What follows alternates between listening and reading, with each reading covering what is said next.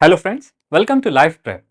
Respiration in plant chapter में हम लोगों ने पढ़ रखा है ग्लाइकोलिसिस और फर्मेंटेशन।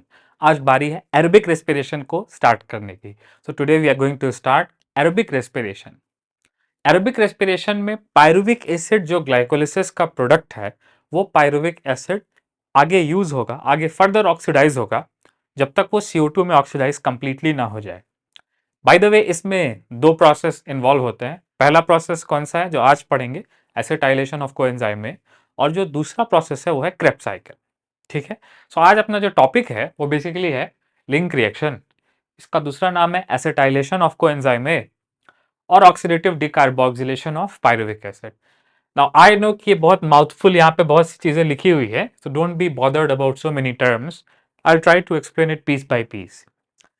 देखो, डायग्रामेटिकली समझने की कोशिश करते हैं। So if I were to just put down a small diagram, मान लेते हैं कि ये माइटोकॉन्ड्रिया है।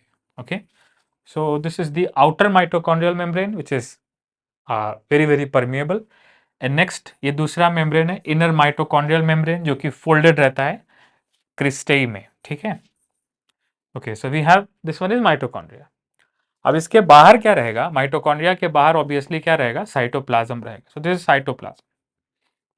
बाय द वे, इतना तो याद होगा कि ग्लाइकोलिसिस साइटोप्लाज्म में होता है और एक ग्लूकोज से दो पायरुविक एसिड के मॉलिक्यूल बनते हैं। सो साइटोप्लाज्म से शुरू करते हैं, ध्यान से देखना। साइटोप्लाज्म में क्या होगा? We start with one molecule of glucose cytoplasm में, और ये बेटा 10 स्टेप में पार्शियली ऑक्सीडाइज होके क्या बनाता है? दो मॉलिक्यूल किसके? पायरुविक एसिड के। पायरुविक एसिड के।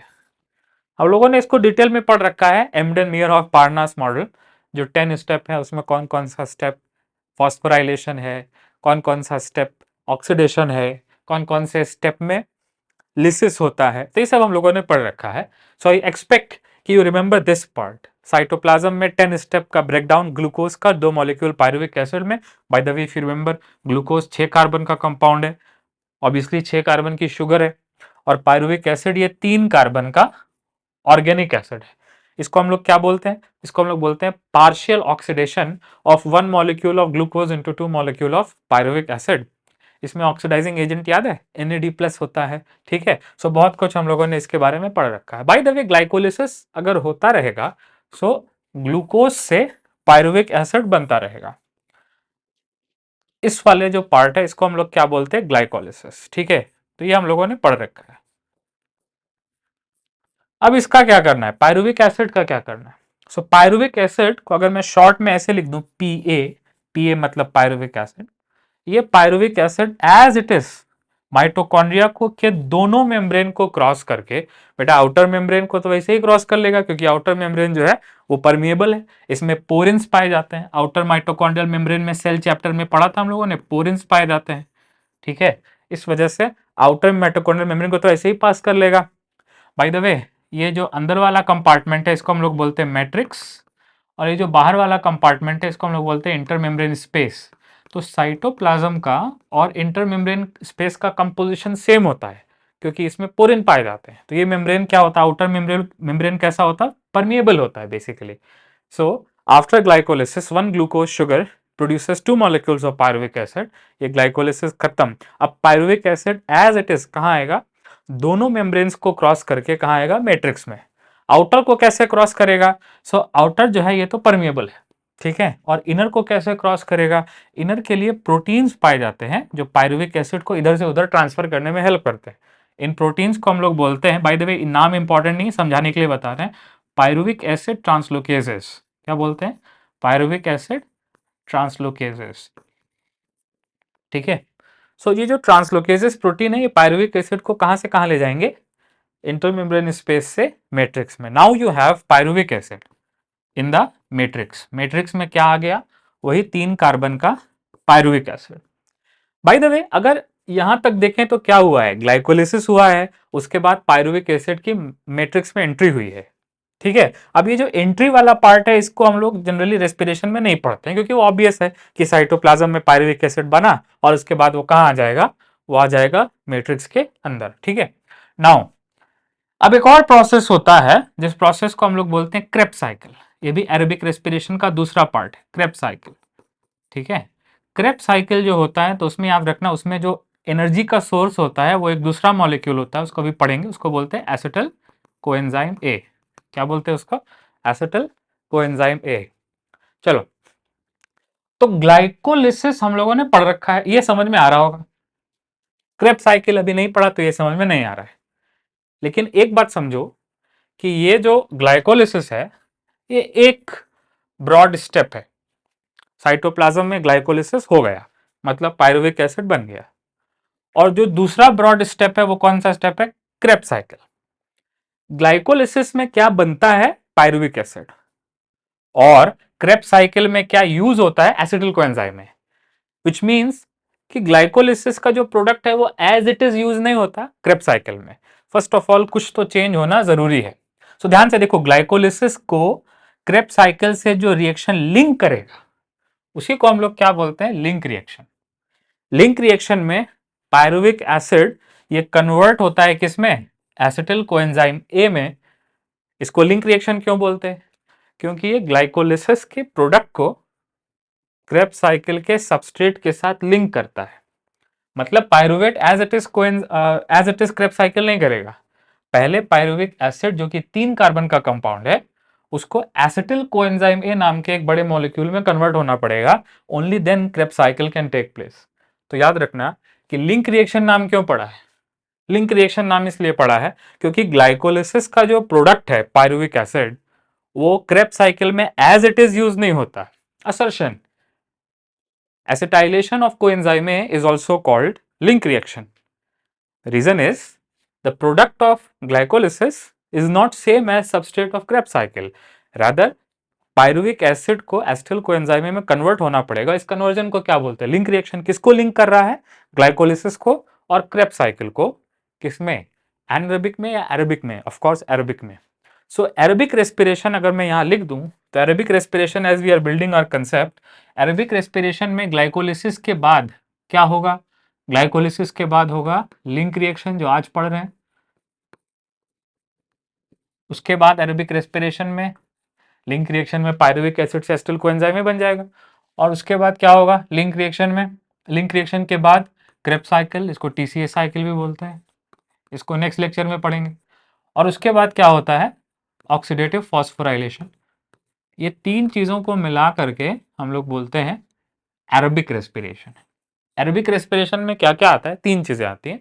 सबसे पहले लिंक रिएक्शन, उसके बाद क्रेब्स साइकिल, उसके बाद ऑक्सीडेटिव फॉस्फोराइलेशन। सो ग्लाइकोलिसिस का प्रोडक्ट साइटोप्लाज्म में पायरुविक एसिड बना, लेकिन वो कहाँ आ गया? माइटोकॉन्ड्रिया के मैट्रिक्स में। लिंक रिएक्शन कहाँ होगा? माइटोकॉन्ड्रिया के मैट्रिक्स में। बाय द वे, इसी का दूसरा नाम क्या है? मतलब ये लिंक रिएक्शन का ही दूसरा नाम क्या है? Acetylation of coenzyme A. Now why is it called acetylation of coenzyme A? क्योंकि पायरुविक एसिड से अभी हम लोग देखेंगे कि एसिटिल ग्रुप 2 कार्बन का ग्रुप है, वो पायरुविक एसिड से निकल के कोएंजाइम ए के ऊपर चला जाएगा। कोएंजाइम ए अभी मैं समझाऊंगा, लेकिन कोएंजाइम ए में ये 2 कार्बन का ग्रुप आकर के कोएंजाइम ए में लग जाएगा। इसीलिए इसको हम लोग क्या बोलते हैं? Acetylation of coenzyme A. लेकिन एसिटाइलेशन में ये जो एसिटिल ग्रुप है ये कहां से आ रहा है? एसिटिल ग्रुप कहां से आ रहा है? Acetyl group comes from pyruvate. Acetyl group comes from pyruvic acid या फिर पायरुवेट। इंटरेस्टिंग बात तो यह है कि पायरुविक एसिड 3 कार्बन का है, और ऐसा कि हम लोग पढ़े हैं कि एसिटिल ग्रुप 2 कार्बन का है, पायरुविक एसिड 3 कार्बन का है। इसका मतलब पायरुविक एसिड से कुछ तो निकल रहा है, तब एसिटिल ग्रुप बन रहा है। तो क्या होता है? Oxidative decarboxylation. मतलब CO2 निकलती है। किससे निकलती है? पायरुविक एसिड से निकलती है। इसका मतलब पायरुविक एसिड जो कि 3 कार्बन का कंपाउंड है वो टूटेगा किसमें? एसिटिल में और CO2 में। CO2 ऑब्वियसली 1 कार्बन की है, निकल जाएगी, गैस है। और एसिटिल ग्रुप ये 2 कार्बन का है। ये एसिटिल ग्रुप किसके पास चला जाएगा? एक कंपाउंड का जिसका नाम है कोएंजाइम ए।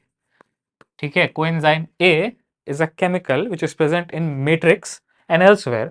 लेकिन मैट्रिक्स में इसका काम क्या है? एसिटिल ग्रुप को पकड़ना। अब एसिटिल ग्रुप आएगा कहां से? एसिटिल ग्रुप आएगा पायरुविक एसिड से। एसिटिल ग्रुप का जो कार्बन है वो कहां से आ रहा है? वो आ रहा है पायरुविक एसिड के 3 कार्बन में से एक कार्बन CO2 के फॉर्म में निकल गया। लेकिन पायरुविक एसिड का जो 2 ऑर्गेनिक कार्बन है वो एसिटिल ग्रुप के फॉर्म में है। पायरुविक एसिड ऑब्वियसली ऑर्गेनिक है, CO2 let us call it inorganic है, लेकिन एसिटिल ग्रुप भी तो ऑर्गेनिक है ना। सो पायरुविक एसिड एक इनऑर्गेनिक CO2 बना दिया और ऑर्गेनिक जो 2 कार्बन बचे एसिटिल ग्रुप के फॉर्म में, जिसको मैं अभी बना के समझाऊंगा, वो एसिटिल ग्रुप किस में जाके लग जाएगा? कोएंजाइम ए में। अब हम लोग आगे नहीं बढ़ सकते without knowing about coenzyme A. तो सबसे पहले हम लोग इस मॉलिक्यूल पे चर्चा कर लेते हैं। जिस मॉलिक्यूल का नाम है कोएंजाइम ए, इसको समझना अभी बहुत जरूरी है। If you start counting the number of carbons, तो आपको पता चलेगा कि ये जो कोएंजाइम ए है ये 21 कार्बन का मॉलिक्यूल है। ठीक है। अब जब इसमें एसिटिल कोएंजाइम में जुड़ जाएगा, मतलब कोएंजाइम में एसिटिल ग्रुप जुड़ जाएगा, तो देखो एसिटिल ग्रुप में तो 2 कार्बन है, एसिटिल ग्रुप में 2 कार्बन है, और ये जो कोएंजाइम ए है इसका कार्बन चाहो तो आप गिन लो। ये जो कोएंजाइम ए है इसमें कितने कार्बन है? 21 कार्बन है। सो मिल करके कितने कार्बन हो जाएंगे एसिटिल कोएंजाइम ए में? 23 कार्बन। एसिटिल कोएंजाइम में कितने कार्बन हो जाएंगे? 23 कार्बन। सो कोई बात नहीं, बहुत बार हम लोग ऐसे बोल देते हैं कि एसिटिल कोएंजाइम ए में 2 कार्बन है, वो कहना गलत है, क्योंकि एसिटिल कोएंजाइम ए के एसिटिल ग्रुप में 2 कार्बन है और कोएंजाइम में तो 21 कार्बन है, आप देख रहे हो। सो एसिटिल कोएंजाइम में हम लोग को पढ़ना नहीं है, बस ये समझना है कि ये बड़ा सा मॉलिक्यूल होता है, एक तरह का न्यूक्लियोटाइड है, जो कि पाया जाता है माइटोकॉन्ड्रिया के मैट्रिक्स में और बहुत सी लोकेशन पे पाया जाता है। इसका काम क्या है? इसका काम है एसिटिल, प्रोपाइनिल, इस तरह के बहुत सारे एसाइल ग्रुप को कैरी करना। ठीक है। सो ध्यान से देखो, इसमें एक बेसिकली एडेनिन है, इसमें शुगर है, इसमें फॉस्फेट है, मतलब ये न्यूक्लियोटाइड है। तो कोएंजाइम जो है एक तरह का न्यूक्लियोटाइड है, लेकिन इसमें एक विटामिन भी पाया जाता है, पेंटोथेनिक एसिड वाला पार्ट भी पाया जाता है, और एक अमीनो एसिड भी पाया जाता है, cysteine. So only if you are interested, तो मैं शॉर्ट में बता दे रहा हूं कि कोएंजाइम ए के अंदर एक न्यूक्लियो बेसिकली न्यूक्लियोसाइड ट्राइफॉस्फेट है, न्यूक्लियोसाइड ट्राइफॉस्फेट है एटीपी का। ठीक है। उसके साथ साथ एक तरह का बी विटामिन है, और उसके साथ साथ एक अमीनो एसिड है। और नोटिस करो अमीनो एसिड के लास्ट में क्या है? सल्फर है, मतलब थायोल है। सो ये जो मॉलिक्यूल है 21 कार्बन का मॉलिक्यूल है। इस मॉलिक्यूल का नाम है coenzyme A. Coenzyme A acyl group carrier है जो सेल के अंदर पाया जाता है। एसाइल ग्रुप अगर आप नहीं समझते हो तो मैं शॉर्ट में बता दे रहा हूं। एसाइल ग्रुप हम लोग इस ग्रुप को बोलते हैं केमिस्ट्री में RCO। इस ग्रुप को क्या बोलते हैं? Acyl group. अगर एसाइल ग्रुप 2 कार्बन का है, फॉर एग्जांपल CH3CO, तो इसका नाम होता है एसिटिल। अगर 3 कार्बन का है उसको बोलते हैं प्रोपाइनिल एंड सो ऑन। ठीक है। लेकिन याद रखो इसका जनरल नेम क्या है? RCO का जनरल नेम क्या है? Acyl group. और सेल के अंदर कभी भी एसाइल ग्रुप रहेगा तो उसको कैरी करने वाला मॉलिक्यूल ये है। सो एक बार फिर से मैं बोल दे रहा हूं, कोएंजाइम ए एक बड़ा सा न्यूक्लियोसाइड, या ऐसे बोलो न्यूक्लियोटाइड, मतलब ट्राइफॉस्फेट फॉर्म में है। ठीक है। अमीनो एसिड और विटामिन का एक बड़ा सा मॉलिक्यूल है। ये coenzyme A basically acetyl group को कैरी करता है एरोबिक रेस्पिरेशन में। और ये एसिटिल ग्रुप कहां से आता है? एसिटिल ग्रुप आता है पायरुविक एसिड के 2 कार्बन से, और कोएंजाइम में अपने आप में 21 कार्बन का है। सो मिल करके 23 कार्बन का कंपाउंड बनता है। अब इस 23 कार्बन के कंपाउंड के अंदर एसिटिल ग्रुप 2 कार्बन का है, लेकिन एसिटिल कोएंजाइम में 23 कार्बन का है, और उसका कोएंजाइम ए वाला जो पार्ट है वो 21 कार्बन का है। तो कंफ्यूजन नहीं होना चाहिए। चलो, लिंक रिएक्शन क्यों बोलते हैं?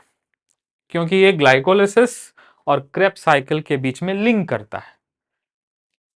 ग्लाइकोलिसिस का प्रोडक्ट पायरुविक एसिड, और क्रेब्स साइकिल का सबस्ट्रेट एसिटिल कोएंजाइम में, मतलब पायरुविक एसिड को एसिटिल कोएंजाइम में बदलना होगा, और उस रिएक्शन को क्या बोलेंगे? Link reaction. नेक्स्ट, एसिटाइलेशन क्यों बोलते हैं? क्योंकि पायरुविक एसिड CO2 छोड़ा, 3 कार्बन का CO2 छोड़ा, तो क्या बचा? 2 कार्बन का एसिटिल ग्रुप, और वो एसिटिल ग्रुप कहां जाके जुड़ेगा? कोएंजाइम ए में। तो क्या बन जाएगा? एसिटिल कोएंजाइम में, बाई एसिटाइलेशन ऑफ कोएंजाइम में। ठीक है। और इसको पायरुवेट के रिस्पेक्ट में इसको हम लोग क्या बोलते हैं? Oxidative decarboxylation of pyruvic acid, क्योंकि पायरुविक एसिड से CO2 निकल रही है, तो इसलिए हम लोग क्या बोलते हैं? पायरुविक एसिड का डीकार्बोक्सिलेशन। एक एक वर्ड मैं समझाऊंगा, ध्यान से सुनो। लिंक रिएक्शन क्यों बोलते हैं? क्योंकि ग्लाइकोलिसिस और क्रेब्स साइकिल के बीच में लिंक कर रहा है। कोएंजाइम ए के रिस्पेक्ट में बोलते हैं एसिटाइलेशन, और पायरुवेट के रिस्पेक्ट में बोलते हैं ऑक्सीडेटिव डीकार्बोक्सिलेशन। ऑलमोस्ट मैंने सब समझा दिया है, बस ये वर्ड नहीं समझाया oxidative, just wait for it, ठीक है। तो आगे बढ़ो। अब इसका जो एंजाइम है वो एंजाइम है पायरुवेट डाइहाइड्रोजिनेज। तो एक एंजाइम है, एक प्रोटीन होता है, मल्टी प्रोटीन कॉम्प्लेक्स होता है, बड़ा सा प्रोटीन होता है। ये कहाँ पाया जाता है? ये पाया जाता है मैट्रिक्स में, मतलब माइटोकॉन्ड्रिया के मैट्रिक्स में पाया जाता है। और इसको काम करने के लिए बहुत सारे फैक्टर्स की जरूरत होती है। इसका एक फैक्टर बहुत इंपॉर्टेंट है, मैग्नीशियम आयन। और मैग्नीशियम के साथ साथ इसको और भी बहुत सारे फैक्टर्स लगते हैं। फॉर एग्जांपल एक फैक्टर है लिपोमाइड, ये भी आप लिख लो, ठीक है। और भी बहुत सारे फैक्टर हैं, अभी हम लोग समझेंगे, समझ में आ जाएगा, ठीक है। तो चलो मैं समझाने की कोशिश करता हूँ। देखो सबसे पहले क्या होता है, पायरुविक एसिड है, ये आ गया। पायरुविक एसिड को मैं स्ट्रक्चरल फॉर्मूला के फॉर्म में बना रहा हूँ, ठीक है। ये आ गया pyruvic acid. Let us assume कि ये पायरुवेट आयन के फॉर्म में आया है। सो ये क्या है? पायरुविक एसिड, पायरुवेट, ठीक है। नोटिस पायरुवेट कितने कार्बन का है? 3 कार्बन का है। मैट्रिक्स के अंदर पायरुवेट आ गया, कहां से आया? ग्लाइकोलिसिस से आया, ठीक है। नाउ ये जो पायरुविक एसिड है, ये इस पायरुवेट डिहाइड्रोजनेज एंजाइम, ये जो है ना एंजाइम है, इसके एक साइट पे पहुंचेगा। मान लो ये साइट पे पहुंचेगा, और ये जो साइट है यहाँ पे डिकार्बोक्सिलेशन होगा, मतलब पायरुविक एसिड से CO2 निकल जाएगी। नोटिस करो कि पायरुविक एसिड 3 कार्बन का है, 1 कार्बन, 2 कार्बन, 3 कार्बन, ठीक है। और CO2 1 कार्बन की है। तो यहाँ पे जो ग्रुप बचेगा, ये कितने कार्बन का ग्रुप होगा? 2 कार्बन का ग्रुप होगा। 2 कार्बन के ग्रुप को हम लोग क्या बोलते हैं? एसिटिल ग्रुप बोलते हैं। बाय द वे ये कॉम्प्लिकेटेड है, लेकिन समझाने के लिए आसानी से बता रहा हूं कि जो 2 कार्बन का ग्रुप है ये अलग अलग जगह पे जाएगा इसी प्रोटीन के अंदर, मतलब इसी एंजाइम के अंदर। वही दूसरी लोकेशन पे क्या होता है कि एक मॉलिक्यूल है जिसका नाम है कोएंजाइम ए, ठीक है। याद करो कोएंजाइम ए के लास्ट में सल्फर था, तो कोएंजाइम ए आएगा। Coenzyme A, if you remember, 21 carbon का मॉलिक्यूल है, ठीक है। और ये जो एसिटिल ग्रुप है ये घूम टहल के कहां चला जाएगा? कोएंजाइम ए के पास चला जाएगा।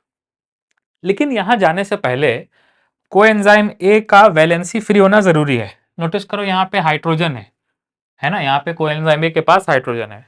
ये हाइड्रोजन को कौन ले लेगा? ये हाइड्रोजन को ले लेगा Na+। तो Na+ क्या हो जाएगा? NaDH के फॉर्म में रिड्यूस हो जाएगा। सो Na+, NaDH हो गया, किसका हाइड्रोजन लेके? कोएंजाइम ए का थायोल वाला हाइड्रोजन लेके। At the same time pyruvic acid ने CO2 छोड़ के 2 कार्बन का ग्रुप एंजाइम को ट्रांसफर कर दिया, और वो अलग अलग फैक्टर से होते होते किसके पास पहुंचेगा? कोएंजाइम ए के पास पहुंचेगा। और यहाँ पे क्या बन जाएगा? यहाँ पे बन जाएगा एसिटिल कोएंजाइम। ध्यान से देखो, मैं एसिटिल ग्रुप बना रहा हूँ। ये जो 2 कार्बन का ग्रुप है ये एसिटिल है, ठीक है।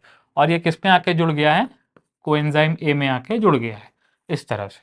सो इस मॉलिक्यूल को हम लोग बोलते हैं एसिटिल, एसिटिल कोएंजाइम ए। अब इस मॉलिक्यूल के अंदर एसिटिल ग्रुप 2 कार्बन का है, और जो कोएंजाइम ए है वो 21 कार्बन का है, which means acetyl coenzyme A is a 23 carbon compound, ठीक है। सो टेक्निकली समझना, एक बार मैं फिर से समझा दे रहा हूं कि पायरुवेट डिहाइड्रोजनेज ये एक एंजाइम है। ये एंजाइम कहां पाया जाता है?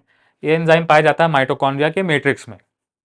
अब इसको काम करने के लिए बहुत सी चीज़ें चाहिए। फॉर एग्जांपल इसको काम करने के लिए मैग्नीशियम आयन चाहिए, इसको काम करने के लिए बहुत से कोफैक्टर्स चाहिए जैसे लिपोमाइड, इसको एक ऑक्सीडाइजिंग एजेंट चाहिए Na+। सो बेसिकली ये एंजाइम तभी काम करेगा जब पायरुवेट हो, जब Na+, हो, जब कोएंजाइम ए हो, जब लिपोमाइड हो, जब मैग्नीशियम आयन हो, and so on and so fourth. List बड़ी है, which means pyruvate dehydrogenase is magnesium dependent, lipomide dependent, Na++ dependent, coenzyme A dependent, as well as pyruvate dependent multiprotein enzyme. ये एक बड़ा सा ब्यूटीफुल एंजाइम है जो कि मैट्रिक्स में पाया जाता है। इसका काम क्या है? इसका काम यह है कि ये पायरुविक एसिड का डिकार्बोक्सिलेशन भी करता है, कोएंजाइम ए का ऑक्सीडेशन भी करता है, जिसमें ऑक्सीडाइजिंग एजेंट कौन है? Na+, at the same time ये जो पायरुविक एसिड के डिकार्बोक्सिलेशन के बाद 2 कार्बन का ग्रुप है, ये 2 कार्बन के ग्रुप को ये भेजता किसको है, कोएंजाइम ए को भेजता है। 2 कार्बन के ग्रुप का नाम क्या है, एसिटिल। पायरुविक एसिड से क्या आया, CO2 निकलने के बाद एसिटिल, तो क्या बन गया, एसिटिल कोएंजाइम ए। अब ये तो हम लोगों ने फिगरेटिवली इसको बना दिया, अगर इसको इक्वेशन के फॉर्म में लिखना हो तो वो भी लिख सकते हैं, ठीक है। So we start with pyruvic acid, ऐसे भी लिख लो बेटा, आपको हेल्प हो जाएगी। You start with pyruvate for say, let us say we start with pyruvate. Pyruvate 3 carbon का है, ठीक है। और पायरुवेट लगेगा और क्या लगेगा, ऑब्वियसली NAD+ लगेगा, और क्या लगेगा, कोएंजाइम ए लगेगा, कोएंजाइम ए लगेगा। और इस प्रोसेस में कैटलिस्ट का काम कौन करेगा, pyruvate dehydrogenase, pyruvate dehydrogenase. Pyruvate dehydrogenase के बहुत सारे कोफैक्टर हम लोग लिख सकते हैं, लेकिन एटलीस्ट 2 लिख लो आप, पहला मैग्नीशियम आयन और दूसरा लिपोमाइड। दूसरा कौन सा, लिपोमाइड, ठीक है। तो पायरुविक एसिड एक ऑर्गेनिक एसिड है, NAD+ एक ऑक्सीडाइजिंग एजेंट है, कोएंजाइम है, एसाइल ग्रुप कैरियर है, ठीक है। ये इक्वेशन आफ्टर द रिएक्शन जो प्रोडक्ट बनेंगे वो क्या होगा, पायरुविक एसिड से CO2 निकलेगी, तो सबसे पहले CO2 बनेगी। पायरुविक एसिड से जो 2 कार्बन का ग्रुप निकलेगा वो किधर जाएगा, कोएंजाइम ए को जाएगा, तो क्या बनेगा, एसिटिल कोएंजाइम ए, ठीक है। और एट द सेम टाइम ये होने से पहले कोएंजाइम ए से हाइड्रोजन निकलनी जरूरी है, वो कौन निकाले, वो किसके पास जाएगी, NAD+ के पास जाएगी, तो वो क्या बन जाएगा, NADH/H+, मतलब रिड्यूस्ड NADH, ठीक है, रिड्यूस्ड NAD+। सो ये कोएंजाइम है जो ऑक्सीडाइजिंग एजेंट की तरह काम कर रहा है। एंड याद रखना, इसको लिंक रिएक्शन इसलिए बोलते हैं क्योंकि पायरुवेट कहां से आ रहा है, ग्लाइकोलिसिस से आ रहा है। सो मैं लिख दे रहा हूं, फ्रॉम ग्लाइकोलिसिस, ठीक है। और इसका जो एसिटिल कोएंजाइम ए है ये कहां जा रहा है, टू क्रेब्स साइकिल, ठीक है, टू क्रेब्स साइकिल। अब यहां पे एक ट्रिक और है, ट्रिक ये है कि जब एक बार ग्लाइकोलिसिस होगा तो एक नहीं 2 पायरुवेट बनेंगे ना, अरे ग्लाइकोलिसिस में 2 पायरुवेट बनते हैं ना, सो ये जो रिएक्शन है ये 2 बार होगा, मतलब ये जो रिएक्शन है ये 2 बार होगा। इसका मतलब 2 पायरुवेट 2 NAD+ का यूज करके 2 CO2 छोड़ेंगे, और ये अगर हम लोग लिखें तो यहां पे ऐसे लिख सकते हैं 2 टाइम्स पर ग्लूकोज, क्योंकि ग्लाइकोलिसिस ग्लूकोज पे बैलेंस है, वो 1 बार होगा तो ये 2 बार होगा क्योंकि 2 पायरुवेट बनेंगे। सो पर ग्लूकोज अगर लिखें, मतलब पर ग्लाइकोलिसिस अगर लिखें तो ये 2 बार होगा, पर ग्लूकोज ये 2 बार होगा। और ऑब्वियसली जब ये 1 बार हो रहा है तो एक एसिटिल कोएंजाइम ये बन रहा है, इसका मतलब एसिटिल कोएंजाइम में एक से 1 बार क्रेब्स साइकिल होता है, इसका मतलब क्रेब्स साइकिल भी कितनी बार होगा, ये भी कितनी बार होगा, 2 टाइम्स होगा। So you can take this as a note that for every 1 molecule of glucose glycolysis occurs once, but link reaction and Krebs cycle occurs twice। इसको भी आप लिख सकते हो, for every molecule of glucose, for every molecule of glucose glycolysis occurs once, but link reaction and Krebs cycle occurs twice, मतलब ये दोनों 2 बार होते हैं। ऐसा इसलिए है, उसका रीजन क्या बोल सकते हैं, because 1 molecule of glucose produces 2 molecules of pyruvic acid, therefore there has to be 2 independent acetylation events and there has to be 2 Krebs cycle because 2 molecules of acetyl coenzyme will be produced। तो आज हम लोगों ने इसको देखा। एक बात और याद रखना कि एनसीईआरटी ने लिंक रिएक्शन को इंडिपेंडेंटली ना पढ़ा करके क्रेब्स साइकिल के अंदर बताया है। तो अगले लेक्चर में जब हम लोग क्रेब्स साइकिल पढ़ेंगे तो उसमें एनसीईआरटी भी देखेंगे, लेकिन आज का जो लेक्चर है वैल्यूएबल इसलिए है क्योंकि आज हम लोगों ने डिटेल में देखा कि लिंक रिएक्शन क्यों बोलते हैं, कोएंजाइम ए के एसिटाइलेशन का क्या मतलब है, और पायरुविक एसिड के ऑक्सीडेटिव डिकार्बोक्सिलेशन का क्या मतलब है। याद रखो, डिकार्बोक्सिलेशन पायरुविक एसिड का होता है और ऑक्सीडेशन कोएंजाइम ए का होता है। Thank you so much for watching. I'll see you in the next lecture.